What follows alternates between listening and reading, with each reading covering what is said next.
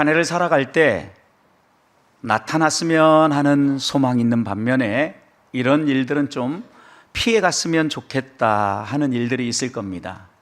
여러분 마음 가운데는 어떤 일들이 가장 무섭고 두렵고 또 피했으면 하는 일들입니까?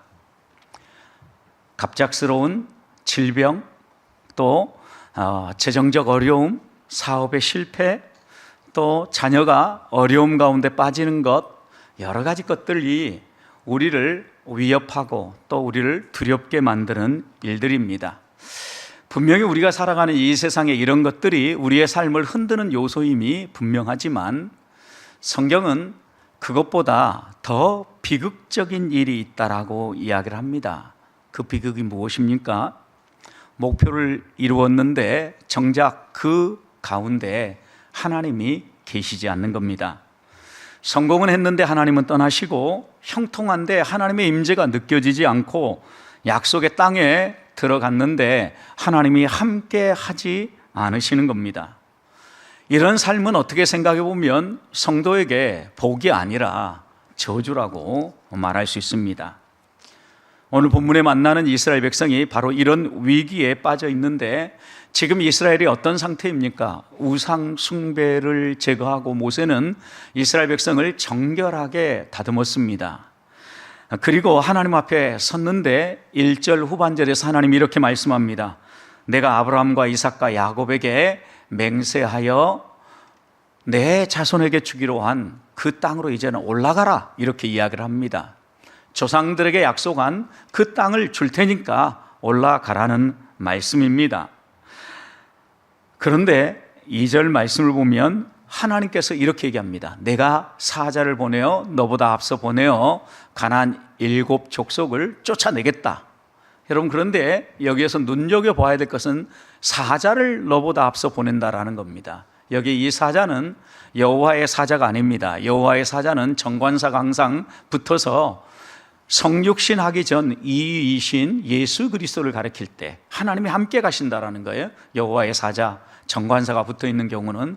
근데 여기에 있는 내 사자라고 얘기할 때 이 사자는 하나님이 아니라 하나님이 보내는 천사예요, 천사. 그러니까 하나님이 함께 가시지 않고 천사를 보내어서 너희 앞에 너희 대적 가나안 7 족속 쫓아내고 또 너희가 그 땅을 얻게 하겠다라고 말씀하는 겁니다. 그래서 3절을 보시면 하나님의 뜻이 더 선명하게 드러났는데, 너희를 적과 꿀이 흐르는 땅에 이르게 하려니와 나는 너희와 어떻게 한다고요? 함께 올라가지 않겠다. 하나님께서 천사를 보내어 이기게는 하겠는데 내가 너희와 함께 갈 수는 없다. 약속도 이루어 주겠고 길도 인도해 주겠다. 그런데 너희와 동행은 하지 않겠다. 하나님이 왜 이렇게 말씀하십니까? 우상 숭배가 아직 덜 마무리된 겁니까? 뒤끝이 남아 있는 겁니까? 아닙니다. 하나님은 용서한다라고 하시고 난 다음에 뒤에 가서 다시 그것을 꺼내어서 또 혼내시는 분은 아니시기 때문입니다. 무언가 확인할 게 있기 때문입니다. 적어도 이 이스라엘 백성이 그들을 애굽에서 인도한 하나님을 대신해서 금송아지를 만들 때 그들의 마음 가운데 하나님이 아니라 다른 것에 관심이 있다는 사실을 하나님은 아셨던 겁니다. 그래서 하나님은 지금 이스라엘 백성에게 이렇게 묻는 겁니다. 내가 너희와 함께 있는 것이 좋냐? 아니면 내가 너희에게 주는 복이 좋냐? 이렇게 물어보는 거죠. 너희에게 길도 인도하고 약속한 조상들에게 약속한 그 땅도 주고 또 너희 앞에 있는 대적들도 다 쫓아주겠다. 이것을 너희가 원하는 거냐? 아니면 내가 너희와 함께 있는 것을 원하느냐라고 하나님은 다시 한 번 더 이스라엘 백성들의 마음을 묻고 있는 겁니다. 이어지는 4절 말씀을 보십시오. 뜻밖의 이스라엘 백성은 이렇게 반응합니다. 백성이 이 준엄한 말씀을 듣고 그 다음 어떻게 합니까? 슬퍼합니다. 그 다음에 한 사람도 자기 몸을 단장하지 않습니다. 하나님이 올라가게 해주겠다, 약속의 땅 얻게 해주겠다, 그리고 승리하게 해주겠다, 승리를 보장하고 모든 것들을 약속하고 있는 겁니다. 그런데도 이스라엘 백성은 슬퍼하면서 자신의 몸에 있는 단장들을 다 제거했다라는 겁니다. 이유가 무엇입니까? 하나님이 기쁨으로 허락하며 주시지 않는 것, 하나님이 그들과 함께하지 않는 것, 이것은 이 세상에 그 어떤 것이 주어진다고 해도 비극이라는 것을 알았기 때문입니다. 그래서 그들은 단장을 제거하고 슬퍼하며 다시 하나님을 바라봤던 겁니다. 그러자 하나님은 5절에서 그들에게 이렇게 말씀합니다. 후반절 보면 너희 가운데 장신구를 떼어내라. 그리하면 내가 너에게 어떻게 할 것인지 정하겠다. 너희가 지금 할 일은 장신구를 제거하는 거다라고 말씀하는 겁니다. 사랑하는 성도 여러분, 여기에 질문이 생기죠. 하나님은 이스라엘 백성에게 왜 기도해라, 금식해라, 회개해라 이렇게 말씀하지 않고 장신구를 떼어내라고 했을까요? 왜 하나님은 장신구를 떼라고 했는지, 장신구에는 어떤 의미가 있는지, 또 우리들이 오늘 하나님과 동행하기 위해서 떼어내야 될 장신구는 무엇인지 함께 말씀을 살피면서 하나님이 주시는 은혜를 마음에 새기는 시간이 되기를 소망합니다. 먼저 오늘 본문 5절 말씀을 보면 장신구는 하나님을 대신하려고 했던 것입니다. 여러분 보십시오. 이스라엘 자손에게 하나님이 말씀하시는데 이스라엘 자손을 어떤 백성이라고 얘기합니까? 너희는 목이 곧은 백성인즉 그랬어요. 여러분, 목이 곧다라는 의미는 무엇입니까? 자기 고집이 세다라는 이야기입니다. 자기 생각, 자기 결정을 하면 그대로 하려고 용쓴다라는 이야기죠. 여러분, 이 얘기는 하나님께서 이스라엘 백성이 하나님 말씀에 순종하지 아니하고 불순종할 때마다, 하나님의 말씀과는 상관없이 죄를 짓는 방향으로 나아갈 때마다 이스라엘 백성을 향해서 뭐라고 얘기합니까? 너희는 목이 곧은 백성이다 라고 이야기를 합니다. 여러분, 그러니까 이렇게 불순종하고 자기 고집대로 살아가는 이스라엘 백성들을 하나님이 보면서 5절 이어서 이렇게 얘기합니다. 내가 너희 가운데 한순간이라도 들어간다면 어떻게 하겠다고 얘기합니까? 진멸하겠다라고 얘기합니다. 진멸. 여러분, 진멸은 하나님을 모르는 이방 백성들, 이 세상의 악함을 따라 살아가는 사람들에게 하나님이 내리신 심판입니다. 대표적인 진멸 전쟁은 소돔과 고모라에게 임했습니다. 여러분 보십시오. 죄로 가득 찬 그 도시를 하나님이 진멸하기 전에 믿음의 후손인 롯과 그 가족을 구원하기 위해서 하나님이 애쓰지 않습니까? 또 가나안의 7 족속을 하나님께서 어떻게 합니까? 여리고성에 들어갈 때도 진멸하라고 이야기를 합니다. 하나님을 믿지 아니하고 하나님을 배반하고 자기 마음대로 살아가는 사람들을 진멸하는데, 여러분, 이스라엘 백성들이 얼마나 하나님의 말씀과 상관없이 자기 고집대로 했으면 하나님이 한순간이라도 내가 너희 속에 들어가면 진멸하겠다 이렇게 말씀하겠습니까? 그들의 마음 가운데 하나님은 사라지고 그들의 생각과 죄질 생각으로 가득 채워져 있었다는 이야기입니다. 여러분, 그래서 이런 생각을 가지고 있는 그들을 향하여 5절에서 하나님은 너희는 장신구를 떼어내라. 그리하면 내가 어떻게 할 건가를 생각하겠다. 여러분, 장신구를 떼는 것과 불순종이 같은 맥락에서 쓰여지고 있는 거죠. 그러니까 너희의 목이 곧고 마음대로 하는 행동은 곧 장신구다라고 이야기하는 거죠. 그러니까 이 장신구는 뭘 의미하는 겁니까? 하나님을 대신해서 내가 내 마음대로 하려고 하는 겁니다. 아담과 하와가 범죄한 이유도 보십시오. 하나님처럼 되고 싶었고 내가 하나님을 대신하려고 한 겁니다. 여러분, 이것이 어떻게 보면 죄죠, 죄. 이스라엘 백성은 애굽에서 이제껏 노예 생활을 하고 있었습니다. 여러분, 그런데 그들이 애굽에서 나오자마자 지금 시간이 얼마나 흘렀습니까? 그다지 흐르지도 않았는데도 불구하고 그들은 장신구로 자기를 장식하고 자랑하며 드러내 보이며 살기를 원했던 겁니다. 여러분, 이렇게 살고 싶어하는 그들을 향하여서 하나님은 장신구를 떼어내라. 너희가 살고 싶은 대로 살지 말고 하나님이 원하는 삶이 무엇인가를 생각하며 그 삶을 추구해라 라고 말씀하고 있는 거죠. 그렇다고 하면 하나님이 우리가 이렇게 생각해 볼 수 있죠. 장신구를 떼어내라고 하는 것은 금은 보석과 같은 이런 장식품을 싫어하는 것인가? 아니죠, 여러분. 하나님의 백성이 멋져 보이는 거 하나님 싫어하시는 겁니까? 아니죠. 그렇다고 하면 하나님이 장신구를 떼라고 하는 것은 이 장신구에 담긴 영적인 의미 때문에 그러는 겁니다. 장신구에 담긴 영적 의미가 무엇입니까? 장신구는 우상의 재료였습니다. 이스라엘 백성이 금송아지를 만들 때 무엇으로 만들었습니까? 그들의 귀에 있는 금 귀고리를 빼어서 만들었던 겁니다. 그런 점에서 장신구는 나를 꾸미는 그런 도구인 동시에 우상을 만드는 재료였던 겁니다. 하나님은 겉으로 보기에는 장식일지 모르지만 그 내면은, 속은 우상의 씨앗인 그 장신구를 떼어내 버리라고 말씀하시는 겁니다. 또 이 장신구는 애굽의 흔적입니다. 이스라엘 백성이 이 장신구를 어떻게 취해 가져왔습니까? 그들이 애굽에서 노예 생활할 때 장신구를 달고 생활했습니까? 여러분, 노예에게 무슨 금 귀고리가 있겠습니까? 금 목걸이가 그들에게 무슨 필요가 있었겠습니까? 아마 그들은 종살이 하면서 주인들을 보면서, 멋지게 장식한 주인들을 보면서 나도 자유를 얻으면 저렇게 살았으면 좋겠다라고 생각했을 거고, 나에게도 저런 목걸이, 저런 귀걸이가 있었으면 좋겠다라고 생각했을 겁니다.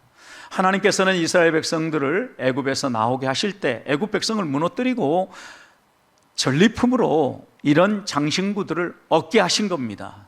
그런데 이 장신구를 얻자마자 그들은 가지고 나오면서 당장 그들이 종살이 할 때 꿈꿨던 삶을 그대로 표현하고 있는 겁니다.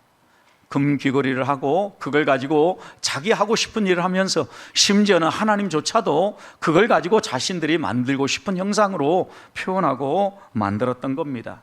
그런 점에서 이 장신구는 애굽의 흔적일 뿐만 아니라 애굽의 가치관을 반영한다고 해도 과언은 아닙니다.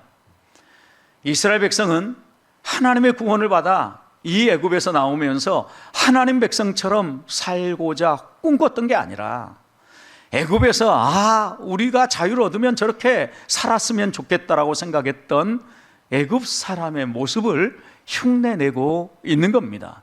그러니 하나님은 그들에게 애굽의 흔적인 이 장신구를 떼어내라고 말씀하시는 겁니다. 또 이 장신구는 나를 아름답게 장식할 뿐만 아니라 또 나를 방어하는 갑옷 같은 존재이기도 합니다. 여러분, 사람이 불안하고 마음속이 허전하면 더 겉으로 포장한다고 합니다. 또 여러분 생각해 보십시오. 우리의 마음이 허하면 자꾸 무언가를 먹고, 또 그 다음에 스트레스가 많이 받는 사람은 무언가를 먹는 것으로 그 마음의 허함을 달랜다고 하지 않습니까? 사람들은 불안하면 더 꾸미는 경향이 있다는 겁니다. 내면이 비어있으면 비어있어도 겉으로 더 화려하게 꾸미려고 한다는 것입니다. 우리도 하나님 한 분으로 만족하지 못하면 자꾸 겉모양에 신경을 쓰는 겁니다. 그리고 내가 어떤 봉사를 했다라고 얘기하고 무언가로 나를 포장하려고 한다는 말씀입니다. 그런 점에서 하나님이 지금 떼어내라고 하는 장신구는 나를 방어해주고 나를 감싸주며 나를 돋보이게 만드는 것이라고 말할 수 있는 겁니다. 사랑하는 성도 여러분, 하나님은 오늘 우리들에게도 이 이스라엘 백성에게 장신구를 떼어내라고 말씀하신 것처럼 오늘 우리에게도 너희의 장신구를 떼어내라고 말씀합니다. 오늘 우리의 장신구는 무엇입니까? 하나님보다 더 안전하게 느껴지는 돈, 자산, 지식, 이런 것들입니까? 또 나를 세워주는 직함, 내가 이제껏 이루어 왔던 업적들입니까? 내가 옳다고 확신하게 만드는 경험, 지식, 이제까지 살아오면서 쌓아온 삶의 노하우, 이런 것들이 혹시 우리들의 장신구는 아닙니까? 하나님은 오늘 우리들에게 묻고 계십니다. 너는 장신구로 너를 포장하고 살래? 아니면 나를 붙잡고 살래? 하나님을 대신하려는 장신구 제발 떼어내라. 그리고 하나님만 의지해라 라고 우리를 부르고 계십니다. 우리의 장신구들을 떼어내고 우리의 중심에 하나님만 모시고 살아가는 우리 보배의 성도들이 되시기를 주님의 이름으로 축복합니다. 두 번째, 장신구를 떼어내라고 하는 이유가 있습니다. 그것은 우리 안에 하나님이 머물 임재의 공간을 만들어내라는 말씀입니다. 우리를 초라하게 만들고 우리를 보잘것없게 만들기 위해서 꾸미지 말아라 라고 이야기하는 게 아닙니다. 그런 점에서 장신구를 떼라고 하는 것은 벌이 아니라 또 책망이 아니라 우리와 함께 가고 싶다는 사랑의 초대인 것입니다. 이스라엘 백성이 장신구를 드러내고 그 장신구를 떼어서 금송아지를 만든 이유가 무엇입니까? 그들도 애굽 사람처럼 되고 싶었던 겁니다. 화려한 장식도 하고 그들이 만든 신이 그들을 돌보고 그들의 삶 가운데 자신의 가진 것으로 무언가를 하면서 자유롭게 먹고 싶은 거 먹고 떵떵거리면서 살고 싶었던 겁니다. 애굽을 탈출하자마자 그들은 그들이 꿈꿨던 그 일을 하고 있는 겁니다. 이미 애굽 사람이 되어 있는 겁니다. 그러나 실제 이스라엘 백성에게는 아무것도 된 것이 없습니다. 지금 광야 중입니다. 약속하신 그 땅을 향하여 이제 겨우 첫 발을 내딛었을 뿐입니다. 그런데 그들은 수많은 싸움이 남아있음에도 불구하고 무언가를 다 이룬 사람처럼 자신들이 원하는 것을 행하면서 속된 말로 아직 승리가 저 멀리에 있는데 승리의 축배를 먼저 마시고 있는 겁니다. 여러분, 이런 경우입니다. 교회에 나왔다고 해서 우리들이 신앙생활이 성숙해지고 하나님의 백성으로서 하나님 백성답게 금방 살게 되는 건 아닙니다. 하나하나 다듬어지고 또 하나님 백성다운 삶이 나오기까지는 시간이 걸립니다. 그래서 성화는 단번에 이루어지는 것이 아니라 하나님과 친밀한 교제를 나누면서 한 발 한 발 걸어감으로 우리 안에 얻어지는 열매입니다. 그런데 교회에 나와서 예배를 드리고 몇 가지 듣고 보니까 마치 교회에 대해서 다 아는 것인 양 밖에 나가서 교회는 이런 곳이다 라고 말하는 사람과 마찬가지입니다. 이제 겨우 첫 발을 내딛고 믿음의 비밀에 대해서 요만큼 아주 조금 맛보았을 뿐인데 마치 모든 것을 다 경험하고 신앙의 세계에 대해서 다 아는 것처럼 말하는 것은 어리석은 것입니다. 그래서 5절에 장신구를 떼어내라. 그리하면 내가 너에게 어떻게 할 것인가를 정하겠다라는 말씀은 안 떼어낸다면 너희를 내가 혼낼 거야 라고 이야기하는 협박이 아닙니다, 여러분. 그들의 마음 중심에 정말 하나님을 모시고 있는지를 점검하면서 하나님이 이렇게 말씀하고 있는 겁니다. 너가 붙잡고 있는 것들을 좀 내어내라. 너 마음속에 품고 있고 너가 힘이라고 붙잡고 있는 거 이거 좀 비워내라. 내가 너희 안에 들어가서 너희를 붙들고 너희의 인도자가 되어지고 너희에게 좀 승리를 안겨주는 이런 하나님이 되고 싶다라고 하나님이 우리에게 사랑의 손짓을 하는 것입니다.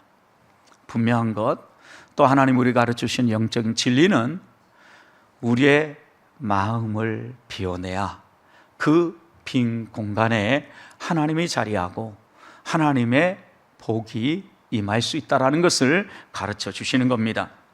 내 마음이 세상 것으로 가득 차 있고 내가 중요하다고 생각하는 것으로 가득 차 있으면 그곳에 하나님이 머물 자리가 없다는 말씀입니다.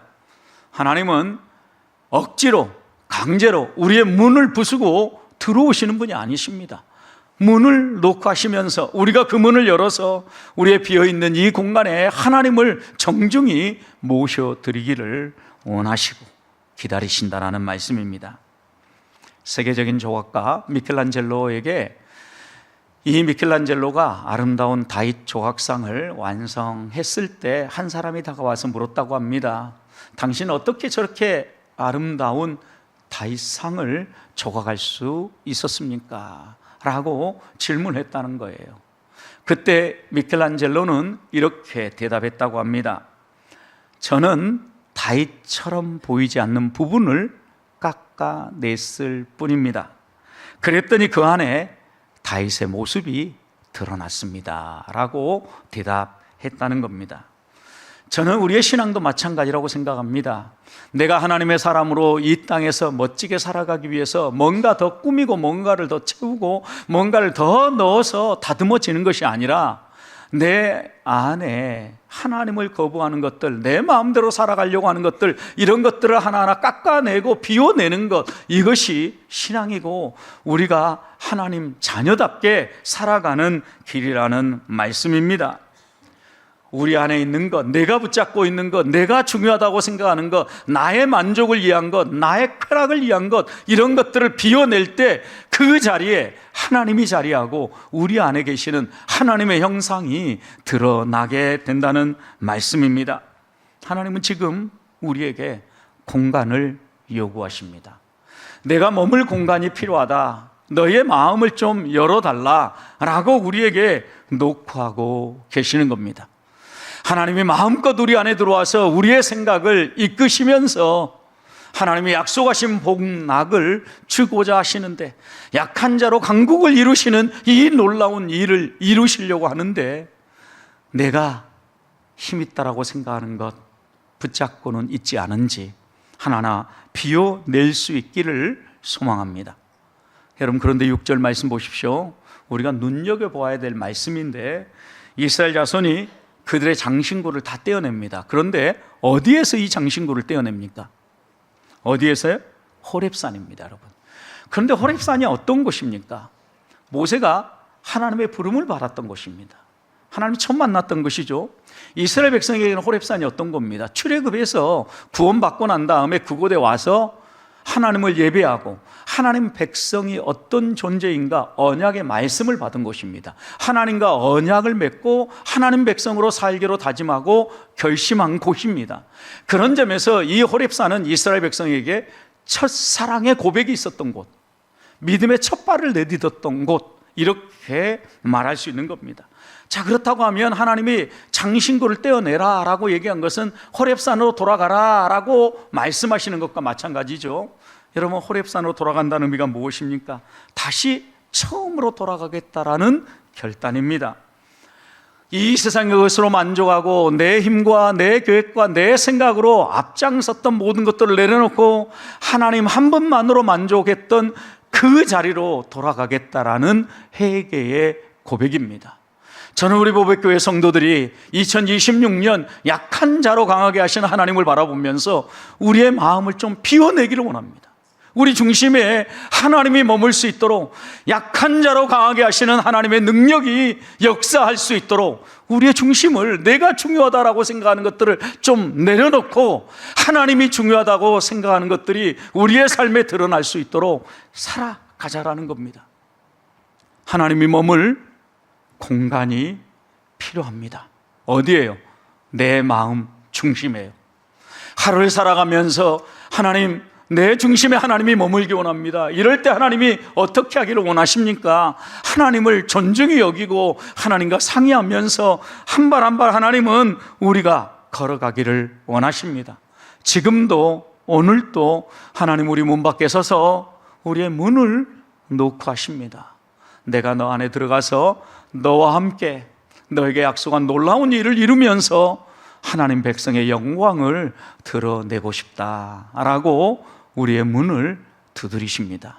마음문 활짝 열고 우리의 마음속에 있는 이 세상의 것들을 비워내고 그곳에 우리 하나님을 모심으로, 장신구를 떼어내고 그곳에 하나님을 모심으로 하나님이 약속하신 복락을 누리며 하나님을 기쁘시게 하는 성도들이 되시기를 주님의 이름으로 축복합니다.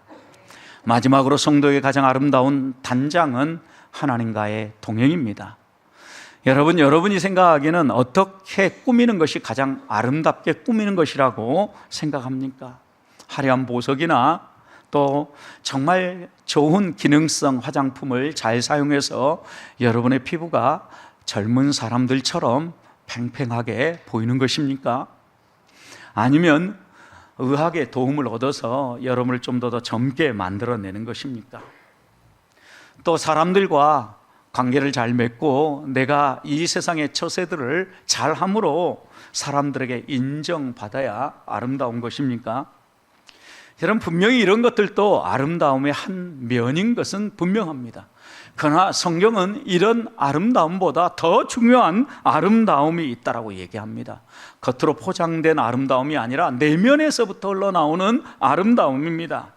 장식이 아니라 우리 안에 하나님이 임재해 계심으로 하나님의 형상이 드러나는 아름다움입니다.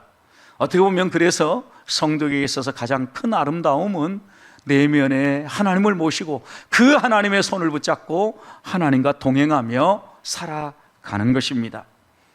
하나님은 6절에서 장신구를 떼어낸 이 이스라엘 백성을 위하여서 어떻게 할 건가 말씀하셨죠. 정하겠다 하셨죠. 그런데 7절을 보십시오.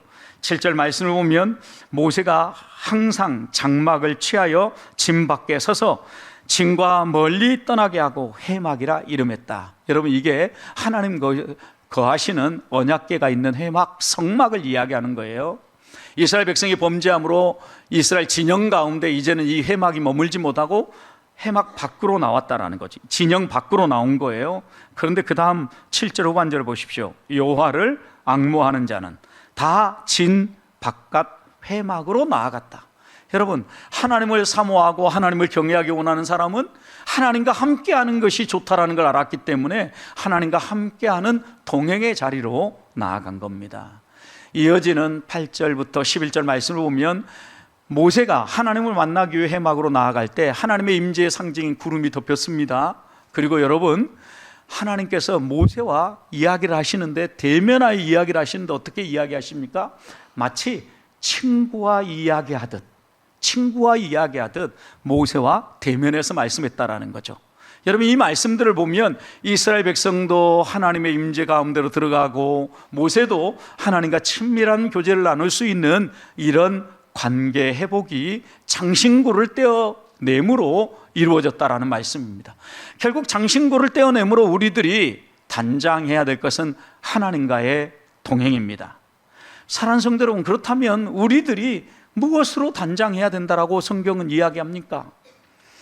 베드로 사도는 베드로전서 3장 3절에서 너희의 단장은 머리를 꾸미거나 금을 차고 아름다운 옷을 입는 그런 외모로 하지 말라는 거예요. 이렇게 꾸미는 것, 이것은 단장하는 게 아니고 바울은 디모데전서 2장 9절에서 이렇게 얘기합니다. 단정하게 옷 입어라. 그리고 소박함으로 장식해라. 그 다음 성도의 정절로 너희를 단장해라 라고 당부합니다. 이것만이 아닙니다. 이사야 선지자는 이사야 61장 10절에서 이렇게 우리가 단장해야 될 것을 말씀하는데 그가 하나님이 구원의 옷을 우리에게 입히시며 공의의 겉옷을 너희에게 내게 더하심이 마치 신랑이 사모를 쓰며 신부가 자기 보석으로 단장함 같게 하신다라고 말씀합니다. 여러분, 신랑이 사모를 썼습니다. 신부가 보석으로 단장을 합니다. 무엇을 준비하고 있는 겁니까? 결혼식을 준비하고 있는 겁니다. 사모관대를 쓰고 결혼식장으로 나아가려고 신랑이 준비하고 신부가 준비하는 것처럼 성도가 하나님과 동행하며 하나님과 함께 연합하여 살아가는 삶이 있는데 그것은 제일 먼저 하나님이 베풀어 주신 구원의 옷을 입어야 된다라는 거예요. 여러분, 그 어떤 사람도 자기의 노력과 열심으로 구원을 누릴 수 없습니다. 하나님이 선물로 은혜로 주신 구원의 옷을 하나님이 입게 해 주시는 겁니다. 하나님이 여기에 우리의 겉옷도 하나 더 입게 하는데 그 겉옷을 의의 겉옷이라 그랬습니다. 어떤 의의 겉옷입니까? 공의의 겉옷입니다. 여러분, 공의의 겉옷은 예수 그리스도의 십자가 보혈로 깨끗함을 입고 하나님과 바른 관계를 회복할 뿐만 아니라 그 은혜를 힘입어서 이웃과 바른 관계를 회복하는 것을 공의의 겉옷이라고 말할 수 있습니다. 여러분, 우리가 하나님의 백성이고 하나님의 사람이라고 이야기하면서 세상에서 세상 사람들처럼 속이고 거짓말하고 세상의 방법으로 살아가는 것, 그렇게 상거래하는 것, 하나님은 공의로운 삶이라고 이야기하지 않습니다. 공의로운 삶은 정직하게 사는 겁니다. 이웃에게 피해를 입히지 않고 이웃에게 유익을 끼치는 삶을 살아가는 것입니다. 하나님을 마음을 다하고 뜻을 다해 사랑하는 것처럼 이웃을 내 몸처럼 사랑하는 것, 이것이 공의의 겉옷을 입는 것입니다. 결국 우리를 단장하라는 말씀은 하나님과 동행할 수 있도록 구원의 은혜에 감격하면서 너희가 구원받은 하나님의 백성, 마치 이스라엘 백성이 시내 산에서 받은 그 언약의 말씀을 마음에 새기는 것처럼 너희도 하나님의 백성의 말씀을 붙잡고 그 삶을 살기 위해 올바로 서라고 당부하는 것입니다. 여러분 보십시오. 이렇게 장신구를 떼어내니까 오늘 뒤에 말씀 14절 여러분 같이 한번 읽어보겠습니다. 14절 같이 읽습니다. 시작. 여호와께서 이르시되 내가 친히 가리라. 내가 너를 쉬게 하리라. 여러분, 하나님이 같이 가지 않겠다 그랬어요. 올라가지 않겠다, 천사 보내어서 얻게 해주겠다 이랬는데 장신구를 떼어내고 첫사랑으로 돌아가고 내가 하나님만 의지합니다, 하나님 없이는 살 수 없습니다, 내 마음 중심에 하나님 모시기 원합니다, 이렇게 결단한 그들에게 하나님이 어떻게 하십니까?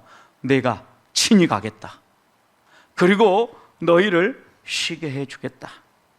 자기 만족에 자기 자랑에 장신구를 포기했더니 이 우주 만물을 창조하신 창조주 하나님이 내 편이 되어 주신 것입니다.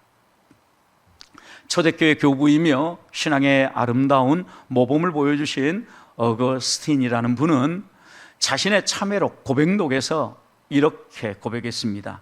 주께서 우리를 주를 위해 지으셨나니 우리 마음은 주 안에서 안식하기까지 쉼이 없습니다. 주 안에서 안식하기까지 쉼이 없습니다. 성도 여러분, 저는 이것이 오늘 본문이 말하는 결론이라고 생각합니다. 하나님 없는 성취는 잠깐 기쁨을 갖다 줄지 모릅니다. 우리를 자극해서 흥분하게 만들 수 있을지는 모릅니다. 그러나 참된 행복, 진정한 쉼은 주지 못한다는 말씀입니다. 주님이 친히 동행하시고 주님이 우리 안에 거하실 때 우리도 쉴 수 있고 참된 행복을 누리게 된다는 말씀입니다. 말씀을 마무리합니다. 하나님이 이스라엘 백성에게 장신구를 제거하라고 한 것은 내가 너희와 함께 있고 싶다는 사랑의 초대입니다. 하나님 백성의 가장 큰 아름다움은 내 안에 하나님을 모시고 하나님과 함께 동행하는 것입니다. 나의 성품을 떼어내고 내 안에 하나님의 성품이 묻어나고 내 아름다움과 내 쾌락을 내어놓고 하나님의 기쁨과 하나님의 뜻을 우리 안에 새길 때 우리는 주님과 동행하면서 가장 멋지고 아름다운 삶을 살 수 있다는 말씀입니다. 어떻게 약한 자가 강국을 이룰 수 있겠습니까? 내 안에 있는 것들, 내가 힘이라고 생각하는 것 떼어내고 장신구를 떼어내고 내 안에 하나님을 모심으로 하나님께서 약한 자로 강국을 이루시는 놀라운 능력을 맛보면서 한 해를 살아가는 우리 보배의 성도들이 되시기를 주님의 이름으로 축복합니다.